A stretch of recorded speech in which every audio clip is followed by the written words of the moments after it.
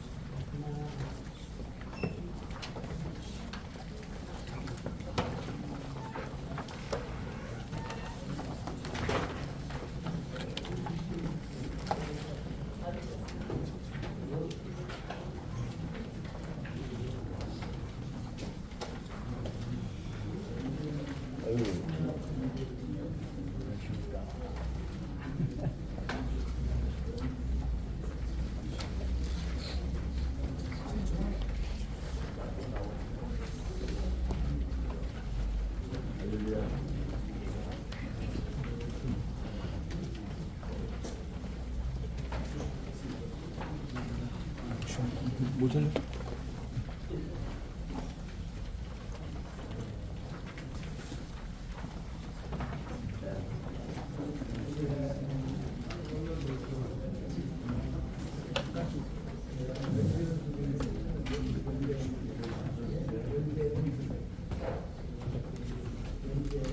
이 시간 서울 녹천초등학교 교장님이신 김상돈 장로님께서 세미나에 대해서 기도하게 해주시겠습니다.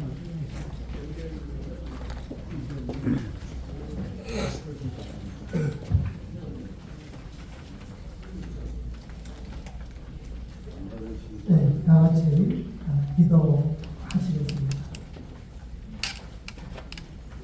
지금도 살아 계셔서 역사하시는 만군의 여호와 아버지 사진 하나 하나님, 빼줘요.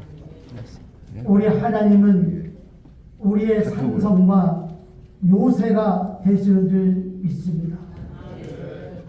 지금 이 시간에도 역사하여 주시고 섭리하여 주시는 하나님 아버지, 오늘날까지 우리 조국 대한민국을, 우리나라와 민족을 눈동자처럼 살피시고 인도해 주신 은혜를 감사드립니다.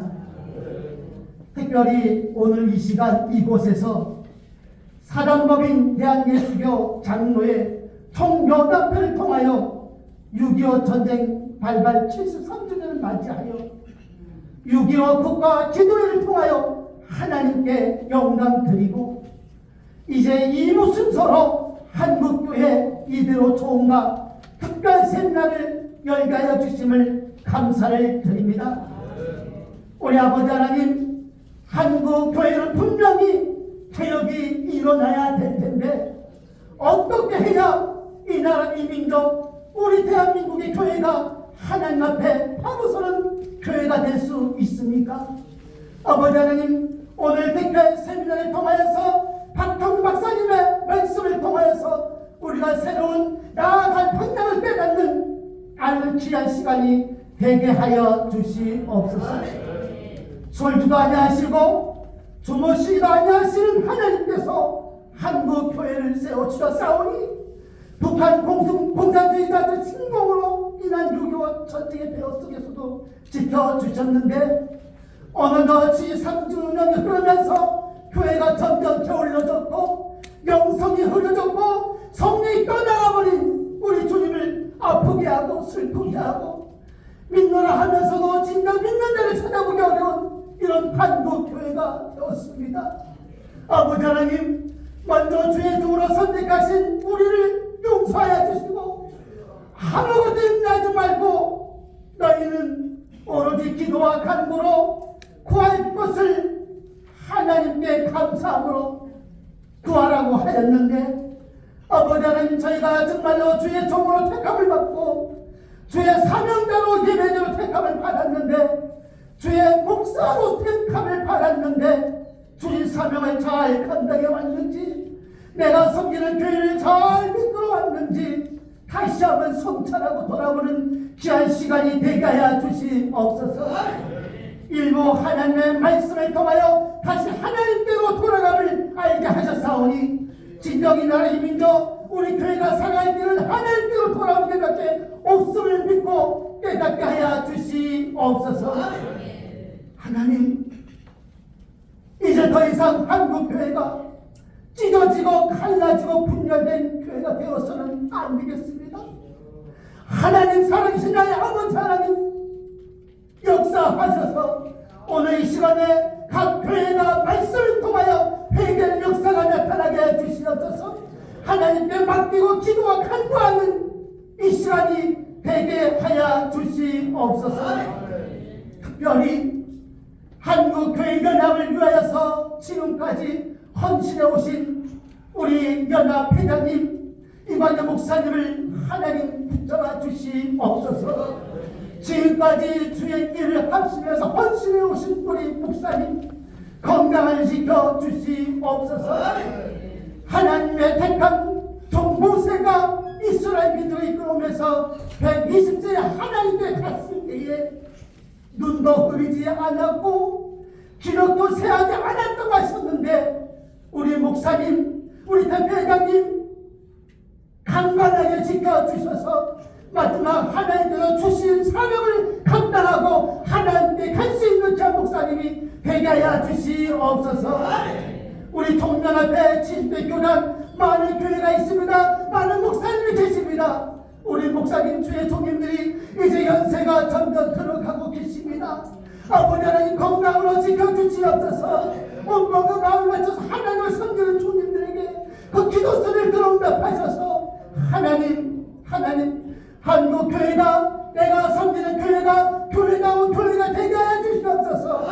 참 교회의 본질로 돌아가게 하여 주시옵소서. 모든 말씀 살아계신 예수님의 이름으로 기도하옵나이다. 아멘.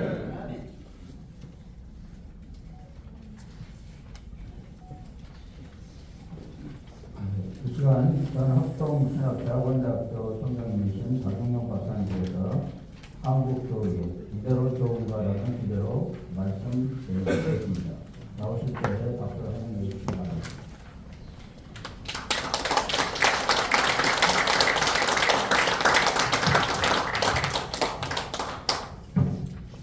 반갑습니다. 반응이 조금 심하지 않은데?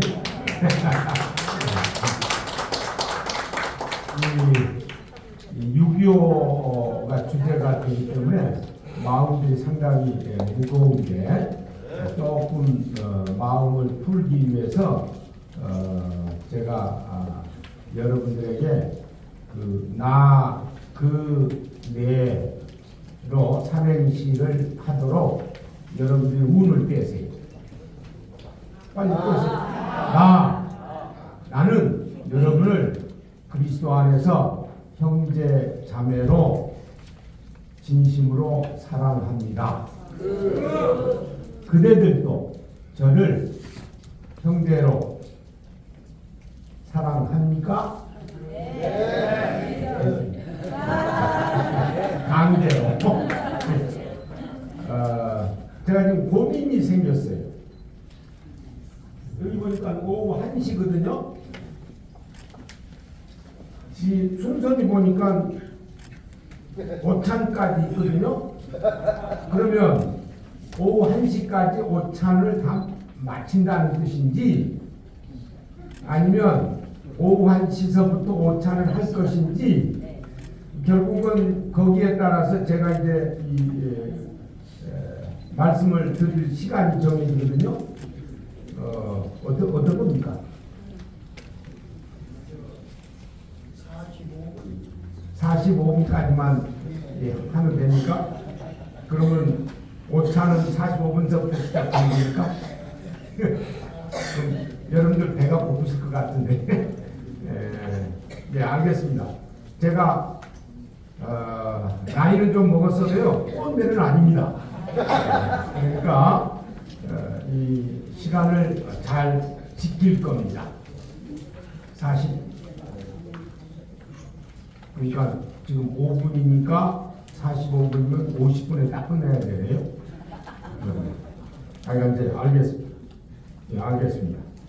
우선요, 여러분들 그 책자에 아마 8페이지에서부터 실려 있는 것으로 제가 보았는데요. 제가 전화를 이 목사님으로부터 이 한국교회 이대로 좋은가 그 주제를 받았습니다. 그래서 그 주제를 생각을 하면서 뭐 이런저런 그 얘기를 좀 담았는데요. 우선 그 내용을 어떤 부분은 요약해서 말씀을 드릴 것이고 또 어떤 부분은 읽어야 유익하다고 생각하면 조금씩 읽을 겁니다. 그렇게 생각을 하시고 함께 참여했으면 좋겠습니다. 지금 많은 사람들이 특별히 이 교회 내에서 한국 교회에 참 문제가 많다 그런 얘기를 교회 내에서도 하고 교회 밖에서도 합니다. 대략적으로 그 문제점들을 좀 지적을 해보면요, 많은 분들이 목사인데 목사의 전횡으로 발생한 문제점도 많습니다. 그리고 목사와 장로의 갈등에서 오는 문제점도 많고요. 그리고 교회 재정을 잘못 사용해서 오는 문제점도 많습니다.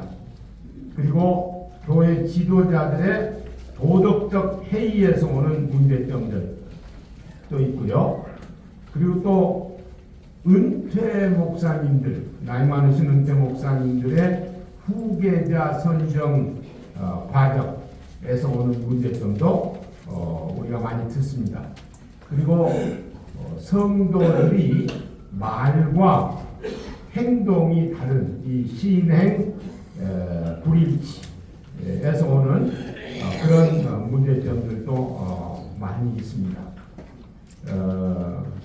뿐만 아니라 교회가 문제를 일으키는 것도 많지만 사회에 비춰지는 교회의 모습이 이단들이 잘못하기 때문에 사회에서는 그저 똑같은 종류로 생각을 해서 교회의 그 잘못을 전가하는 그런 경우들도 많이 있습니다.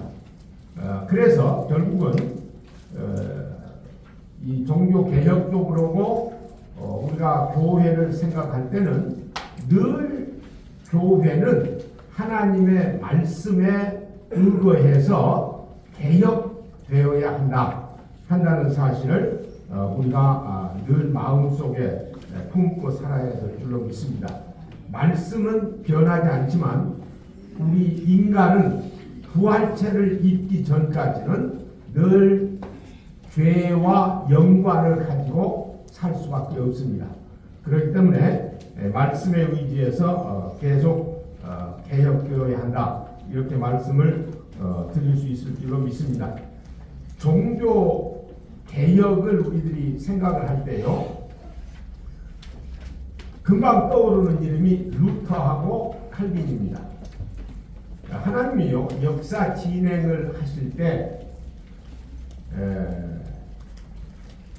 어떤 특별한 일을 하시기 위해서는요, 아주 절묘하게 일을 진행시키는 경우를 봅니다.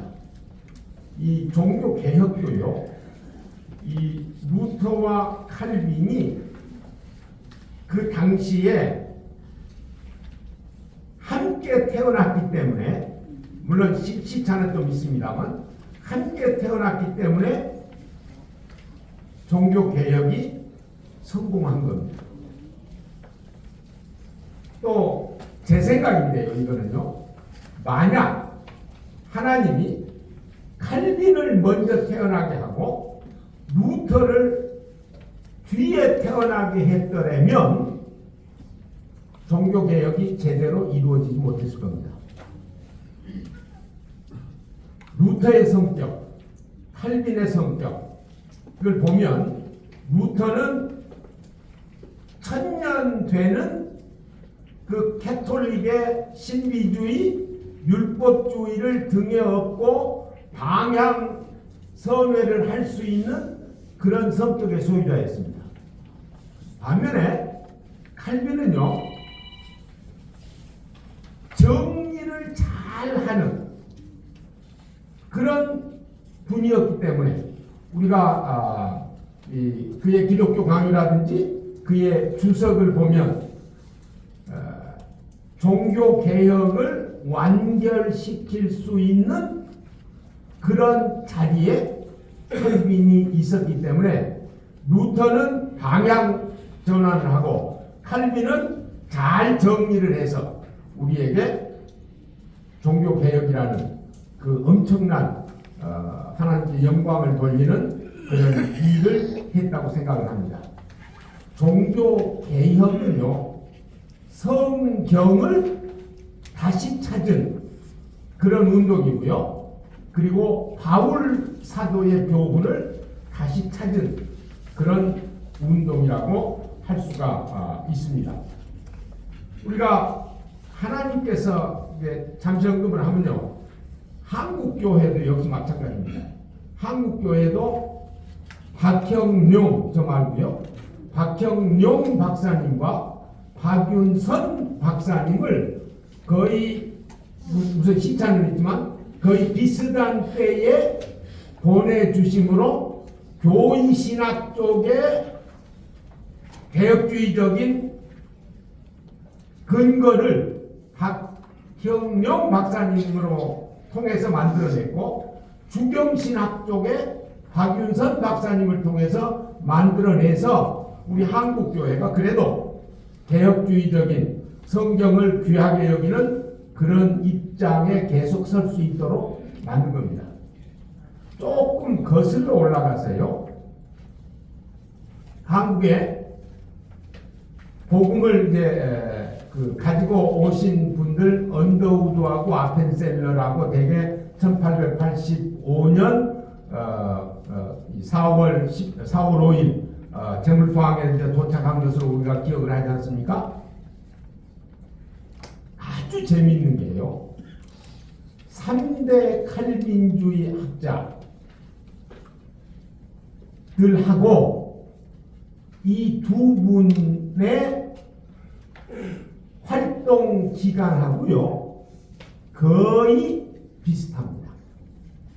그 말씀은 무슨 말씀이냐 하면은, 하나님께서 한국을 사랑하시고 한국 교회를 사랑하셔서 한국에 성경을 하나님의 말씀으로 믿는 제대로 된 신학과 신앙을 가지고 우리에게 전파해 주었다, 그 뜻이에요. 너무너무 감사한 일이에요. 그런데 이렇게 하나님께서 복음을 우리에게 주셨는데, 하나님의 큰 틀을, 구속 역사의 큰 틀을 한번 생각해 보세요. 그 중에 가장 중요한 사건이 예수님의 죽음과 부활입니다.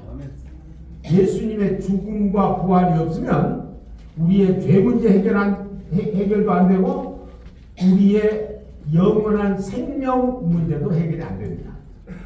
하나님께서는 죄가 아담과 하와가 죄를 짓자 그 문제를 해결하시기 위해서 가장 사랑하는 독생자 예수 그리스도를 이제 보내시거든요. 그런데 여러분들 이제 누가복음과 사도행전이 같은 누가에 의해서 기록됐거든요.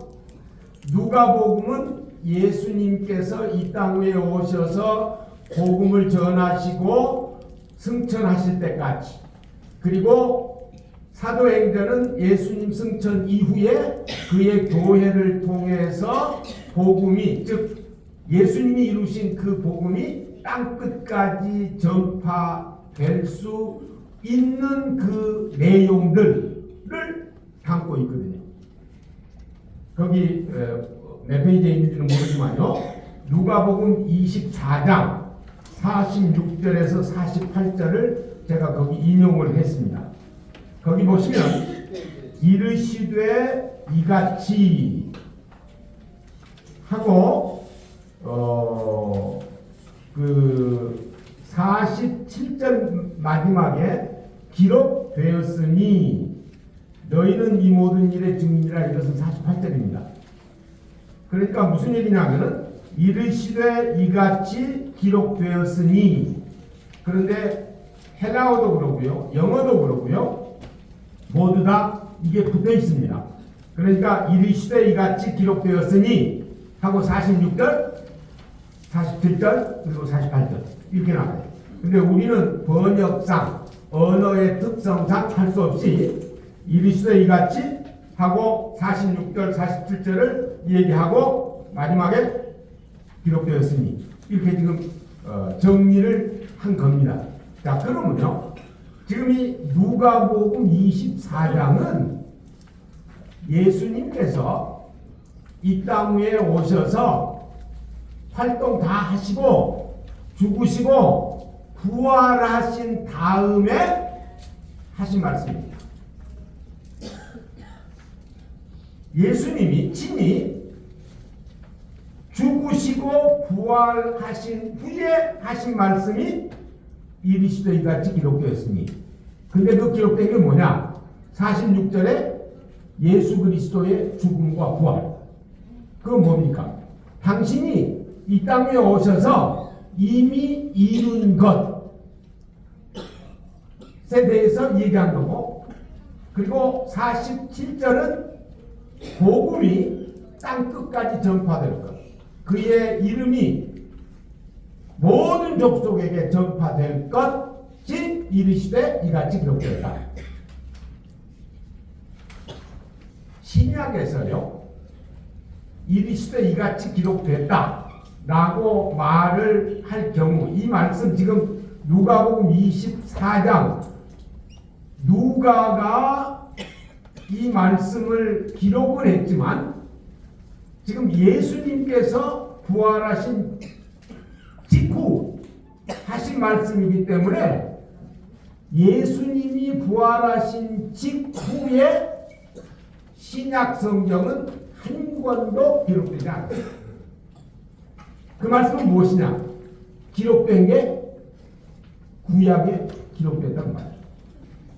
그러면 이르시되 이같이 기록된 게 구약의 예수님의 죽음과 부활이 기록됐고, 구약의 하나님의 계획으로 예수님을 통한 그 구속의 복음이, 생명의 복음이, 화해의 복음이, 영생의 복음이 땅 끝까지 전파될 것이 구약에 이미 기록됐다고 말이에요. 그 말씀은 이 모든 계획이요, 하나님의 뜻이고 하나님의 계획으로 지금 진행된다는 것을 얘기를 해요. 그런데 구약에 이제 성경을 공부하는 사람들은 구약에 찾아가서 진짜인가, 진짜 기록됐는가 찾아봐야 되지 않습니까? 찾아보면요, 시간상 우선 간단하게요, 예수님의 죽음과 부활 기록됐는가? 우선 쉽게 이사야서 53장 거기 보면 예수님의 죽음에 대한 기록이 너무너무 많이 나옵니다. 예수님의 그저 한 구절만 읽으면 그는 멸시를 받아 사람들에게 버림받았으며 간고를 많이 겪었으며 질고를 아는 자라. 그가 찔림은 우리의 허물 때문이요 그가 상함은 우리의 죄악 때문이라. 그가 징계를 받음으로 우리는 평화를 누리고 그가 채찍에 맞음으로 우리는 나음을 입었도다. 또 메시아가 어디에서 태어날 것까지 얘기했어요. 미가서 5장 2절 베들레헴 에브라다야 너는 유다 족속 중에 작을지라도 이스라엘을 다스릴 자가 네개에서 네개로 나올 것이라.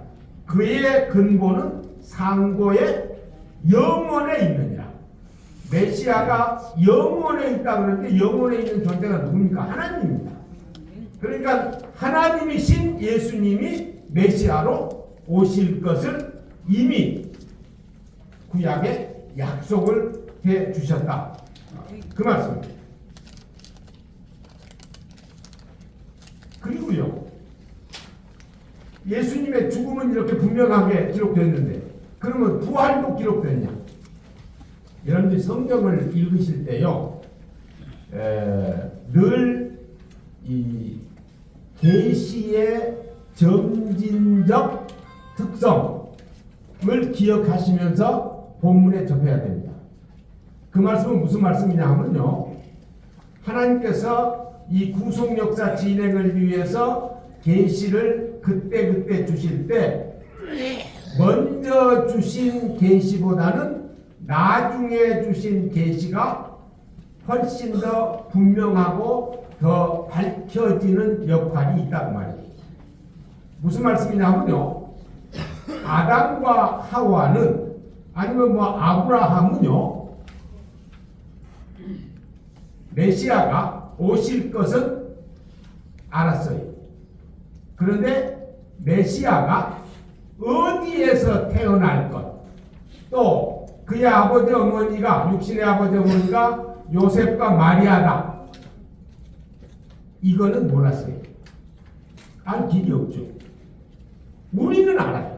왜? 후에 주신 계시가 분명하게 밝혀 놓았기 때문에.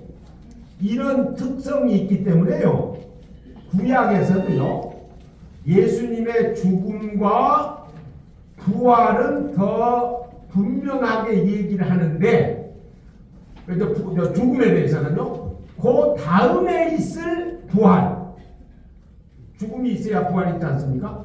그 다음에 있을 부활은 언급은 하되 죽음보다는 더 많이 언급을 안 해요.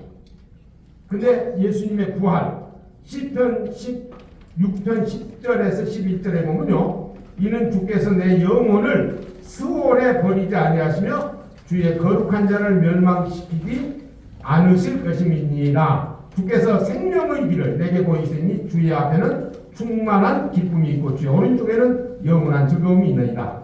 이 말씀을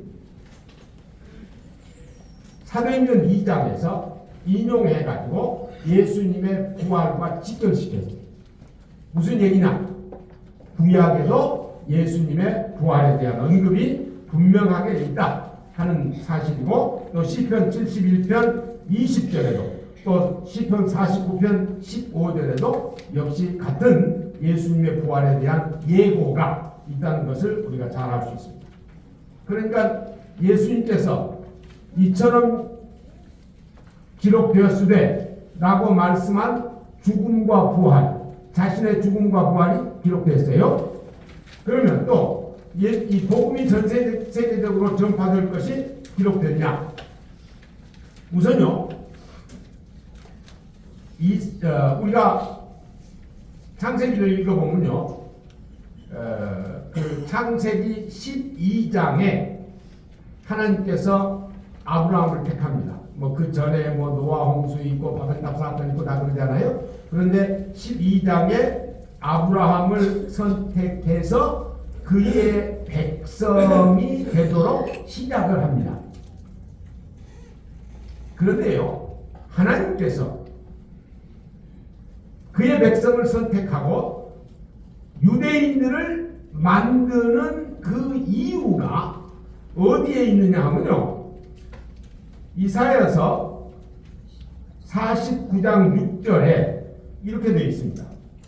그가 이르시되 내가 나의 종이 되어 야곱의 지파를 일으키며, 이거 유대인이거든요, 야곱의 지파를 일으키며 이스라엘 중에 보존된 자를 돌아오게 할 것은 매우 쉬운 일이라. 그 쉽다는 거예요. 내가 또 너를 이방의 빛으로 삼아 나의 구원을 베풀어서 땅 끝까지 이르게 하리라.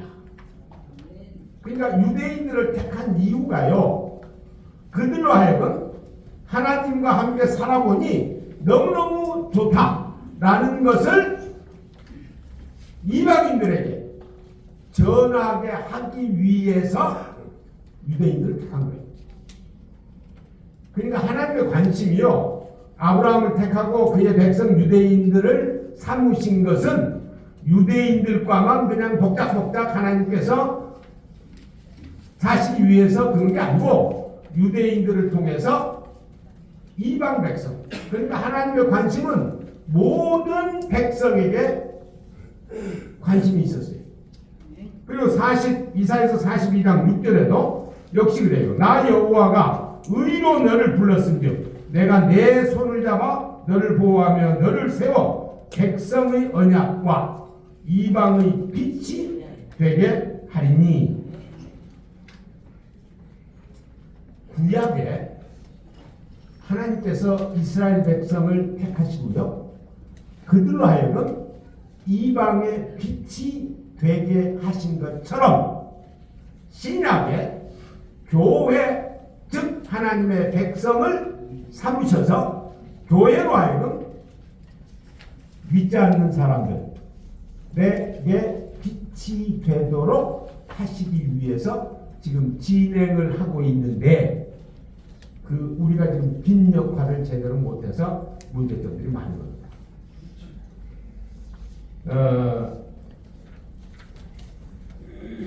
그런데요,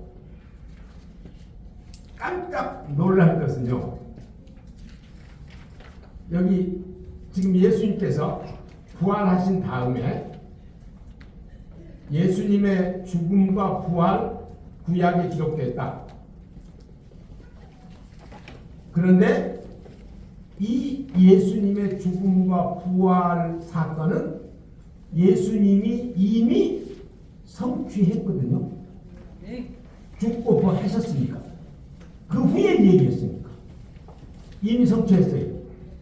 그런데 47절 구약에 있는 그 예고된 하나님의 뜻 47절 복음이 땅 끝까지 전파될 것은 아직 성취되지 않았어요. 아직 성취되지 않은 하나님의 그 뜻을 성취하기 위해 48절 너희가 이 모든 일의 증인이다. 우리가 하나님의 교회가 하나님께서 세우신 구속 역사를 한 부분은 그의 아들을 통해서 성취하시고 다른 부분은 우리들로 하여금 우리를 초청하셔서 우리들로 하여금 성취하라고 하신 겁니다. 지금 그 일을 예수님 재림 때까지 우리가 계속 해야 하는 책임을 가지고 있다 하는 말씀입니다. 근데 이게요, 너무너무 감사할 일이 왜 감사해야 되느냐면요, 성경에서요, 죄송스러워요, 인간을 표현할 때 이렇게 표현해요.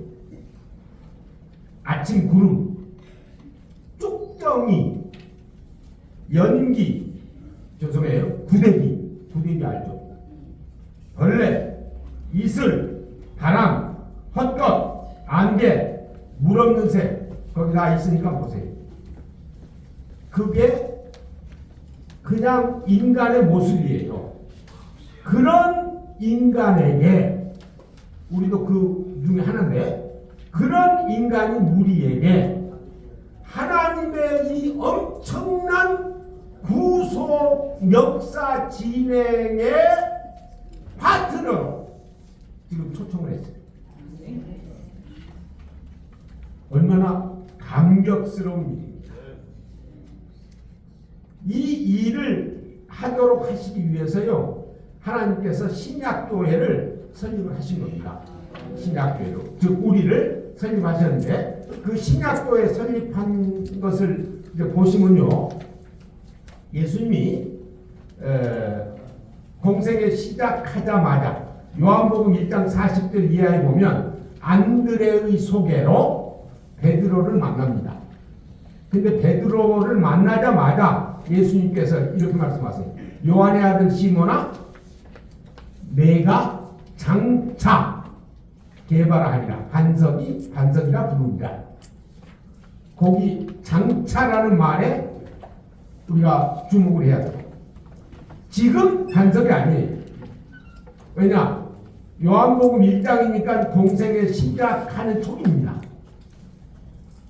그런데요, 이제 3년의 세월이 거의 다 지나고 그 3년 동안에 당신이 누구인지 하나님의 아들이고 인자고 메시아고 그리고 이 구속을 성취하기 위해서 왔다는 사실을 다 가르친 다음 가이사랴 빌립보 지방 마태복음 16장에 보면 거기에서 예수님께서 두 가지 질문을 해요.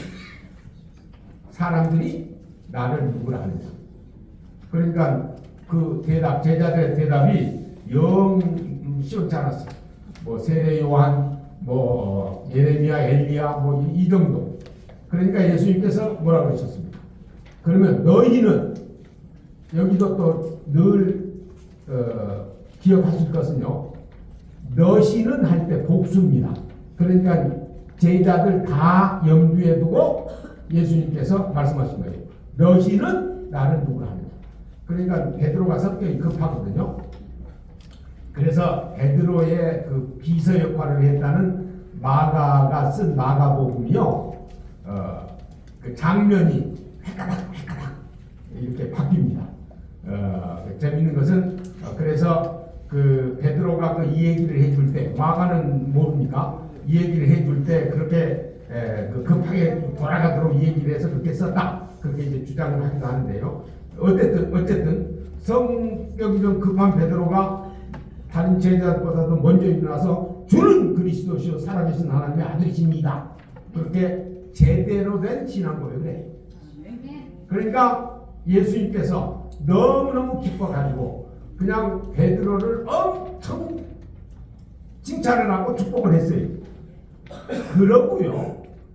예수님이 하시는 말씀이 너는 현재 시상 베드로라. 아까 요한복음 1장에서는 너는 장차 베드로가 될 것이다. 예수 그리스도가 누군지도 모르고 구속이 어떻게 진행될 것인지도 모르는 사람이 반석이라고 할 수가 없거든요. 그렇기 때문에 3년의 과정을 지난 제대로 신앙 고백을 한 베드로를 향해서 너는 베드로라. 그런데 또 우리가 주목해야 할 것이요. 이 반석 위에 내가 내 교회를 세울 것이다. 미래시상이에요. 왜 미래시상이냐? 예수님이 아직 안 죽었어. 살아있잖아. 살아있는데 내가 내 교회를 지금 세운다? 그러면 구약의 이스라엘 백성들하고 똑같아져요. 신약교회는 그거 아니에요. 신약교회는 예수 그리스도의 죽음과 부활을 통해서 성취된 이 엄청난 영광의 복음, 생명의 복음을 메시지로 전파할 책임을 가진 기관이 신약교회예요. 그러니까 교회 설립은 미래일 수밖에 없어요. 그래서 너는 베드로라, 이 반석 위에 내가 내 교회를 세울 것이다 라고 이 얘기를 하고 우리가 성경을 공부를 해보면 성령을 보내주시겠다고 약속을 하시고 요한복음 14장, 15장, 16장에 분명하게 보혜사를 보내주시겠다고 얘기를 했고요. 그리고 16장에서는 아예 구체적으로 내가 죽지 아니하면 보혜사가 오시지 아니할 것이요. 왜? 안 죽으면 보혜사 필요 없어요. 그러니까 구체적으로 이 얘기를 하고 또 지금 이제 이 누가복음 24장에서도 너희는 예루살렘 떠나지 말고 아버지의 약속하신 것을 기다리라. 그게 49절이에요. 그렇게 해서 진행을 시켜가지고 신약교회가 오순절을 기해서 설립이 됩니다. 오순절을 기해서.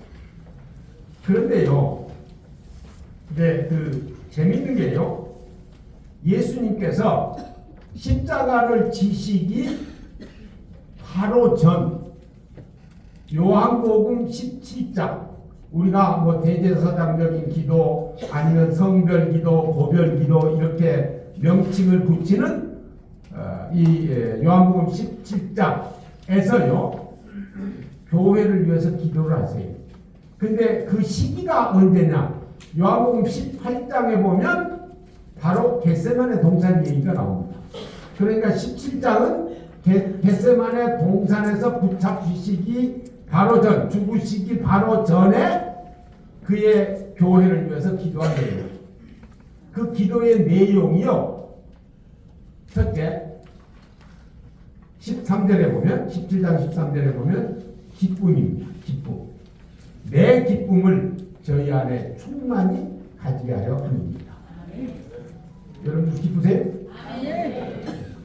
예수 믿는 사람은요 기뻐야 됩니다. 당당해야 됩니다. 이럴 때는 조금 느슨하게 하기 위해서 제가 경험을 합니다. 제가 공부할 때요 상당히 빨리 유학을 갔거든요. 1970년도에 갔으니까. 근데 돈이 없잖아요. 하기야 이제 제가 유학을 갈 때 그 웨스트민스터를 갔는데 돈이 없으니까 총신 졸업했는데 공부는 꽤 잘했거든요. 근데 공부는 더 해야 되겠다고 생각하는데 돈은 없어. 그래 편지 썼어요. 내 공부는 더 해야 되겠는데 돈은 없어. 그러니 장학금을 주시오. 풀 장학금 매겨주고 재워주고 공짜로 공부시켜주고. 왔을까요? 안 왔을까요? 왔어요. 네, 왔어요. 이제 와서 그때는 이제 그 장학금 받으면 토에플이라고 그 영어 자격증 토에플을 시험 봐야 되고요. 또 요즘은 안 보는데 그때는 문교부 시험도 봤습니다. 외국 가는 사람들에게 문교부 시험. 그것도 이제 다 봤어요. 다 마치고 이제 가려고 하는데 여비가 없어. 여비가. 그래서 또 편지 썼어. 나 가려고 하는데 여비가 없어. 그러니 김포에서 필라델피아까지 원웨이 티켓 값 보내쇼. 너무 당당하죠? 왔어요. 400불. 네, 그래서 이제 티켓을 가지고 가서 공부를 했는데 제가 이 얘기 하려고 하는 게 아니고 좀 기쁨, 당당함 이 얘기를 하려고 하는데 제가 이제 박사과정을 하려고 할 때 돈이 없으니까 크리스마스 베케이션이 미국은 3주입니다. 3주. 3주 동안에 매직 스토어라는 스토어가 24시간 여는 스토어가 있었어요. 거기 취직을 했어요. 낮에 일을 하는데 하루는 한 20 좀 넘은 한 20살 되는 백인 청년이 그 매장에 들어왔어요. 뭐 그런가 보다 그러고 생각하는데 저 구석에 코너에 되게 이제 공중전화가 이렇게 생긴 게 있거든요. 동전도 가지고 하는 게 그걸 쓰고 있어요. 다른 사람은 한 두서너 사람 쇼핑하고 근데 이제 낮에 12시가 딱 되니까 점심시간이 되니까 다른 쇼핑하는 사람들은 다 나갔어요. 그 친구하고 나만 있는 거예요. 그 친구가 다 나가니까 99센트짜리 펜을 하나 가지고 그 계산대구에 올려놨어요. 저는 아무 생각 없이 99센트 딱 찍어가지고 땡그랑 하니까 돈 넣는 함이 이렇게 딱 나오잖아요. 그러니까 이 친구가 권총으로 돈 다 내놓으래. 여러분들 어떻게 해야 돼? 제가 너털 웃음을 웃었어. 하고 그러고 설명을 했어요. 이런 경우에 내가 이 컴퍼니 팔리시가 회사 규칙이 내가 가지고 있는 돈 다 니한테 주게끔 돼 있다. 그러니까 걱정하지 마라. 그 대신 내가 돈 주기 전에 딱 5분만 진짜 인생이, 진짜 삶이 무엇인지 얘기 좀 하고 내가 주마. 여러분들이요, 그 얘기를 하니까 상황이 싹 바뀌어졌어요. 저는 마음이 편안해지고 그 친구는 넓어서 하는 거예요. 왜냐하면 대낮인데 아무리 뭐 식사 시간이라고 해도 언제든지 누구나 올 수 있잖아요. 그런데 그냥 이 친구가 그냥 널털 웃음을 웃고 이렇게 그냥 편안하게 딱 얘기를 하니까 자기가 이제 염려가 되는 거예요. 그래가지고 돈 내놓으라. 준다는데 뭐 그러냐. 왜 다 줄 거라. 걱정하지 마라. 그 대신 딱 5분만 얘기해.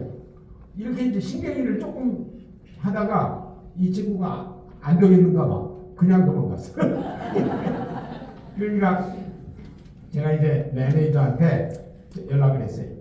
연락을 했더니 매니저가 권총을 차고 15분도 안 돼서 탁 나타났는데 매니저가 아마 경찰에 연락했나 봐요. 경찰차 5대가 그냥 사방에서 왱왱왱왱 하면서 거기 왔어요. 와가지고 이렇게 보더니 이제 동양 사람이거든. 그러니까 하는 얘기가 처음에 아무것도 뭐 이런 거 없냐? 그래서 없다고 그러니까 한 경찰이요, 유식한 사람이요. 공자 사용해서 컨피셔스 공자 사용해서 강도 쫓아냈냐? 그렇게 질문한다. 그래서 그게 아니고 성경, 그 옆에 성경이 있었거든요. 성경 예수님 사용해서 쫓아낸 거라고 그렇게 했는데요. 그때 그 친구가 좀 싸움을 했으니 제가 오늘 여기 없습니다. 어쨌든요, 예수 믿는 것은요 굉장한 사건이에요. 그래서 이 세상을 살 때요 너무 그냥 쭉 늘어져서 살지 마세요. 우리가 당당하게 겸손해야 돼. 성실해야 돼. 그러나 당당하게 하나님께서 나를 기억하시고 예수님께서 나를 위해서 죽으시고 부활하셨다는 사실을 늘 기억했으면 좋겠습니다. 기쁨 있죠? 그런데 이 교회의 특징을 보면요, 교회는 세상으로부터 선별되어야 된다. 세상과 구별되어야 된다. 그리고 진리, 말씀에 근거되어야 한다고 예수님께서 기도하셨어요. 그리고 선교해야 된다고 그랬어요. 전도, 선교. 그리고 마음이 하나로 모아지는 연합과 일치가 있어야 된다고 그랬어요. 그리고 늘 공동체 안에 사랑이 있어야 된다고 이 6가지를 얘기했거든요. 재미있는 게요, 신약교회 오순절이 생기고 베드로가 이제 선교를 함으로 신약교회가 설립이 돼서 예루살렘 교회가 설립이 됐잖아요. 그 예루살렘 교회가 설립이 된 그 삶의 기록이 사도행전 2장 41절에서부터 47절까지가 나와요. 거길 연구해 보면 예수님이 기도한 내용 다 있어요. 무슨 말이냐? 신약교회가 예수님께서 기도하신 내용을 실천한 거예요. 이게 우리에게 무슨 말이냐? 이거는 이제 사도행전의 기록은요, 늘 기억하시기 바래요. 사도행전의 기록은 우리로 하여금 2000년 전에 와 이런 일도 있었구나 라고 감탄하라고 기록된 게 아니고, 사도행전의 기록은 예수님 재림 때까지 교회가 어떤 특성을 가지고 살아야 할 것을 기록해 놓은 거예요. 그러면 만약 우리 가운데 예수님이 기도하신 이 6가지의 내용, 기쁨이 있냐? 성별됐냐? 진리의 터를 삼았냐? 전도하냐? 연합과 일치를 하냐? 사랑이 있느냐? 이게 없으면 예수님께서 원하시는 교회의 특성을 잃고 있는 거예요. 우리가 늘 그것을 기억했으면 좋겠습니다. 이제요, 5분 남았습니다. 한국교회, 우선 지금 조금 전에 말씀드린 것처럼 첫째가 교회의 정체성, 교회가 어떤 미드의 공동체라는 것을 늘 정체성을 알아야 되는데 그것을 좀 회복했으면 좋겠어요. 우리가 요즘 너무 비판을 받다 보니까요. 도대체 우리가 뭐 다른 이 그룹하고 똑같은 한 그룹인 것처럼 생각하는데요. 그건 절대 아닙니다. 하나님께서요. 생각해 보세요. 아들을 희생시켜서 만든 그룹이에요. 그리고 이 그룹을 통해서 그의 구속 역사가 완성되도록 하기 위해서 지금 사용하시기를 원하는 단체입니다. 그러니까 이 굉장한 단체입니다.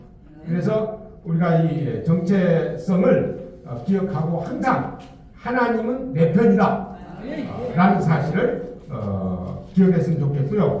그 다음에 두 번째는요. 우리가 성경으로 돌아가야 돼요. 지금 여기서도 아멘 아멘 소리 많이 하시는데요. 조심해서 하셔야 돼요. 왜 그러냐면요. 아멘이라는 말은 지금 말하신 그 말씀에 내가 동의합니다. 따르겠습니다. 실천하겠습니다. 그 말이군요.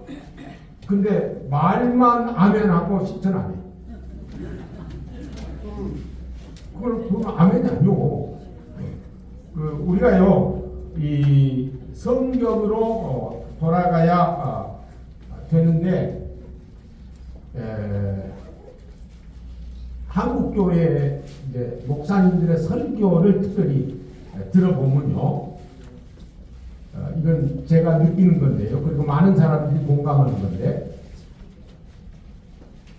성경이 하나님의 구속 역사 진행을 위해서 우리에게 전달해 준 이 심오한 내용이 있는데 마치 성경이 유교의 한 경전처럼 불교의 한 경전처럼 하나의 도덕경으로만 생각하는 경우가 있어요.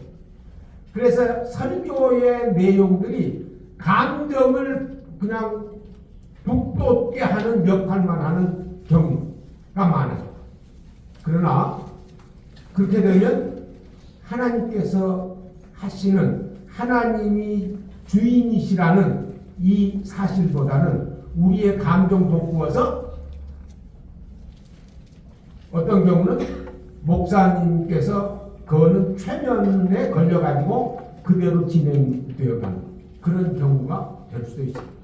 그러니까 우리가 성경으로 돌아가야 되는데 성경은 객관적 계시입니다. 주관적으로 받았다 이거 또 성경의 조종을 받아야 돼요. 그렇기 때문에 우리가 성경으로 돌아가야 되고요. 시간이 다 되는데 여러분들 이거 읽으시기 바라고요. 그리고 개혁을 할 때요. 우리들은 뭐 개혁, 뭐 한국교회 이건 좋은 거 아니고 개혁 문제거든요. 개혁은 나부터 시작이에요. 나부터. 근데 대개 개혁을 주장하는 사람들이 개혁되어야 할 경우들이 많아요. 늘 겸손해야 됩니다. 그리고 내 자신서부터 시작해야 돼요. 내가 어디에 성경 말씀으로부터 떨어져 나갔는지, 아니면 우리 교회가, 아니면 우리 교단이, 우리 단체가 그렇게 됐는지 늘 생각을 해야 된다 하시는 말씀을 드립니다. 그리고 한 가지만 얘기하고 이제 끝낼게요. 이거는 디아스포라하고 아디아포라하고 이제 같은 것인데요. 이건 그냥 한번 이 브레인스토밍이라는 말은 한번 그냥 먼저 굴려보자라고 생각을 해서 꺼낸 얘기나 다름이 없는데요. 비평적으로 하는 건 절대 아닙니다. 그러나 이것도 우리의 관행도 성경에 적합한가 하는 것을 한번 생각해 보기 위해서 제시를 했는데 축도할 때요. 대개의 경우 지금은 이제는 이거 붙이잖아요. 근데 그걸 꼭 붙이는 것이 성경적인가? 어떤 목사님은요, 이거 심합니다. 어떤 목사님은 올렸는데 이제는 지금은 이 생각이 안 나. 근데 생각난 게 요새는 이 생각이 나. 요새는 하고 죽더라고요. 그리고요, 또 이것도 싫어합니다. 이 치매기가 있는 목사님이신데 축도를 부탁했어요. 딱 들었는데 오동추야 다리 밝아 이거 했어요.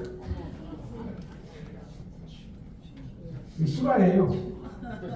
근데 일반적으로요, 예배학을 공부하시는 분들은 꼭 그렇게 할 필요 없다.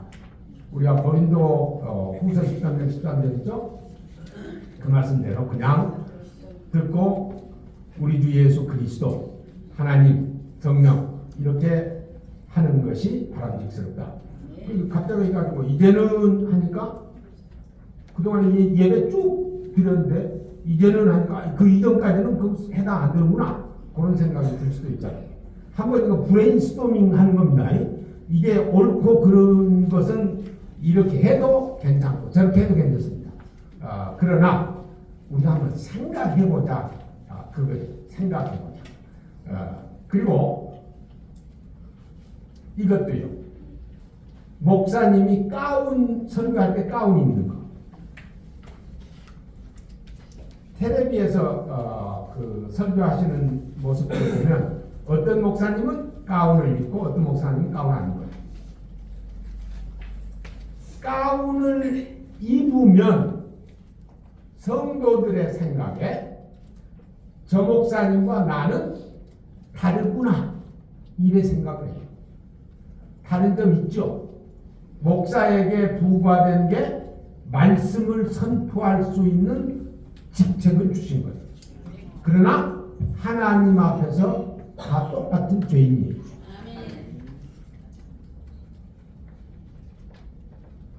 이게 옳을까? 한번 생각해 보는 거예요, 이거.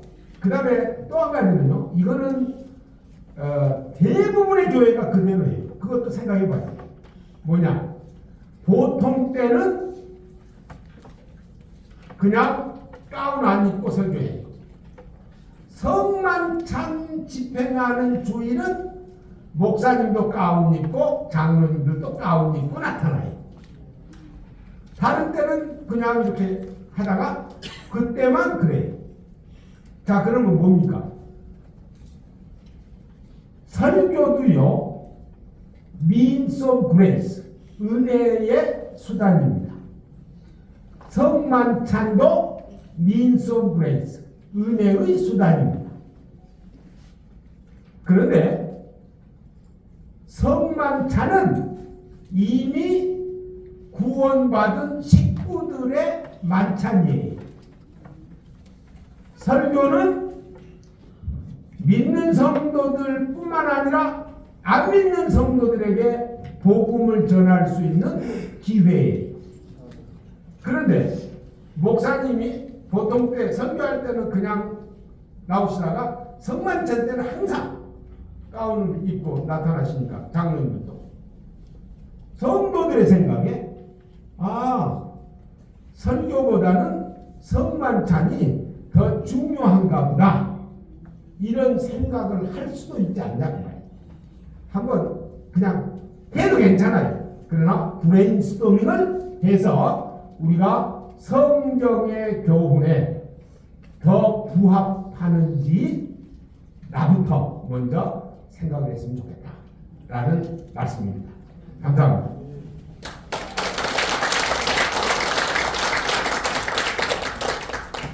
많은 은혜 받으신 줄로 믿습니다. 이 시간 대표장님 나오셔서 인상 강구 말씀 강구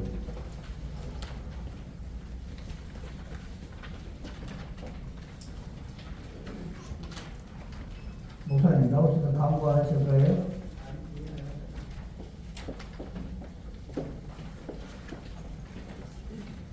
힘드세요?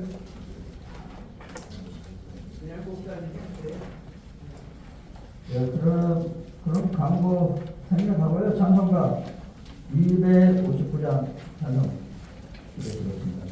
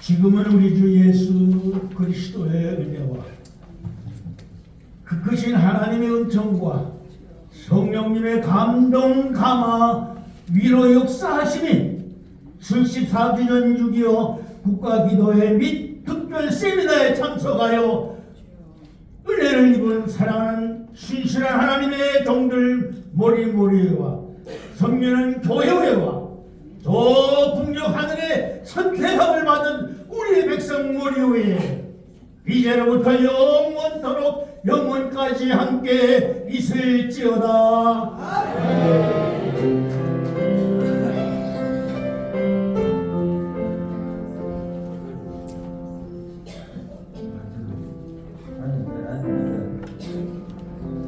오찬 기도를 위해서 KBS 인터넷 선교위원장이신 홍성만 목사님 나오셔서 기도해 주시죠.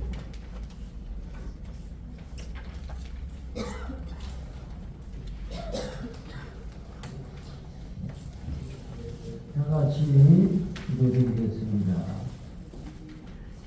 창조주 구원의 하나님 아버지, 감사와 찬양과 영광을 먼저 올려드립니다. 오늘날까지 저희들을 이처럼 사랑하시고 생명을 영장시켜 주셨다가 사단법인 대한예수교 장로회 총연합회 70교단 우리 주님의 귀하신 몸된 교단과 주의 종도를 불러 모아 주셔서 6.25 국가기도회 및 특별세미나를 열리시니 감사를 드립니다. 하오나 지금까지 하나님 말씀대로 순종하지 못하고 준행하지 못하고 섬기지 못하고 사랑하지 못한 모든 죄악을 예수님의 거룩하신 보혈의 피로 용서 용서하여 주시옵소서. 특별히 이 시간 식사를 위해서 기도를 드립니다. 말씀으로 창조하신 우리 하나님 아버지, 흙으로 창조된 우리 귀한 몸된 몸들을 위해 통해서 이 마지막 때에 하나님의 영광이 더욱 드러나게 하시고 하나님의 나라와 의를 더욱 이룰 수 있도록 성령 하나님 날마다 기름 부어 주시기를 간절히 믿고 감사 기도드립니다.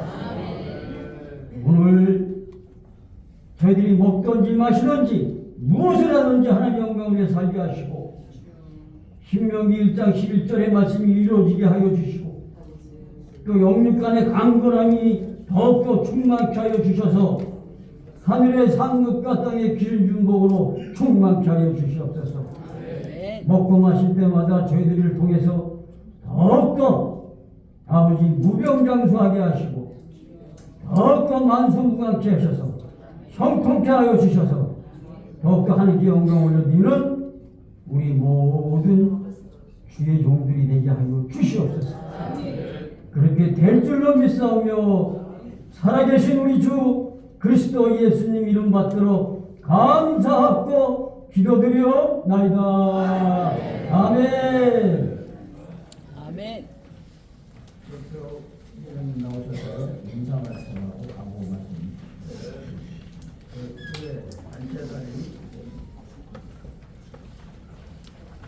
조금 전에 예사를 했기 때문에 필요 없지 않나 하는데 내가 손님을 이렇게 모셔놓고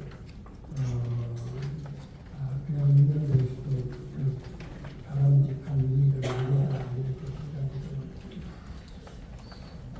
오늘 우리 최인범 박사님, 우리 박영용 박사님, 우리 두 분 한번 박수 한번 부탁드립니다.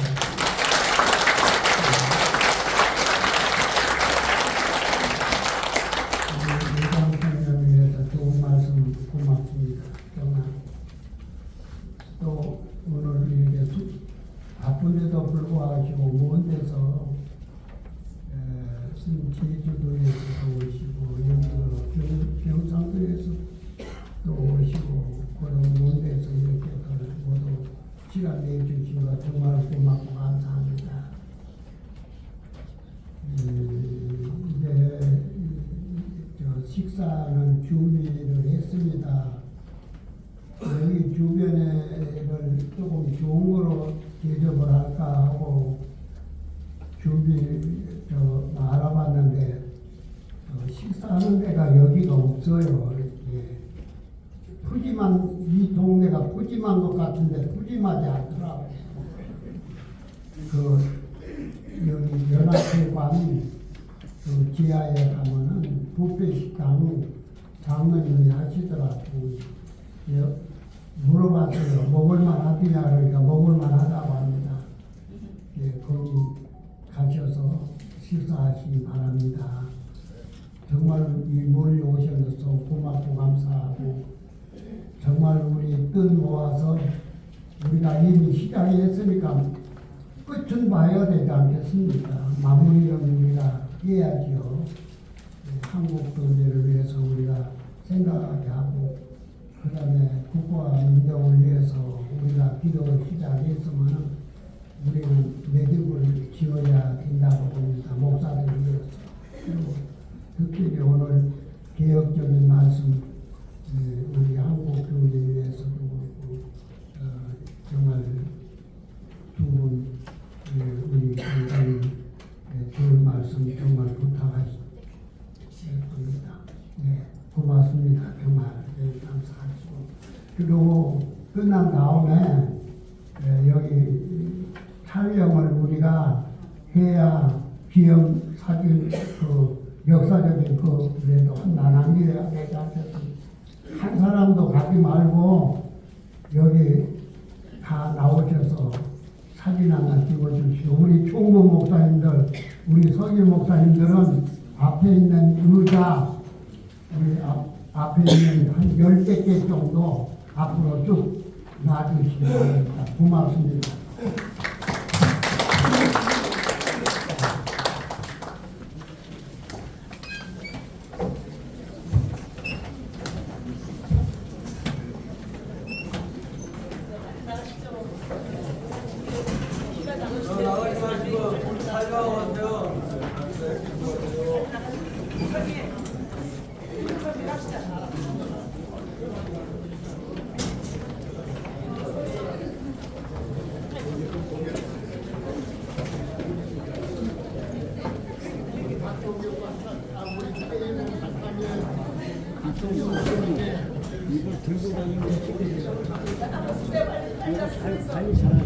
목사님들 가지 마시고요. 기념 촬영 부탁드립니다. 기념 촬영 부탁드립니다.